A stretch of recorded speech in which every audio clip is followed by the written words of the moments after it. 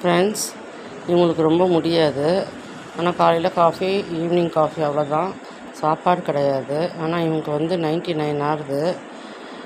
இவங்க வந்து ஹெல்த்தியாக தான் இருக்காங்க. ஆனால் கொஞ்ச நேரம் ஒரு மத்தியானம் கொஞ்ச நேரம் தூங்குவாங்க. அப்புறம் நைட்டு ஒரு 4 ஹவர்ஸ் தூங்குவாங்க. அவ்வளோதான், எழுந்து உட்காந்துப்பாங்க. ஆனால் கால் கொஞ்சம் நடக்க முடியாது. அவங்களுக்கு ஆல்ரெடி ஆக்சிடெண்ட் ஆகி கால் கொஞ்சம் இதுவாக இருக்குது. அது பார்க்குறீங்கள்ல, அந்த அந்த அந்த இந்த இடத்துல கொஞ்சம் கால் வீங்கி போயிருக்கு பார்த்தீங்களா, அந்த இடம் தான் கொஞ்சம் ஆக்சிடெண்ட் ஆன இடம். அப்புறம் கொஞ்சம் நடமாடின்னு இருந்தாங்க. அப்புறம் வந்து நின்றுட்டே இருக்கிறச்ச கொஞ்சம் விழுந்துட்டாங்க. விழுந்தோடனே ஒரு காலில் அடிபட்டுச்சு. அந்த கால் கொஞ்சம் சரியாயிடுது.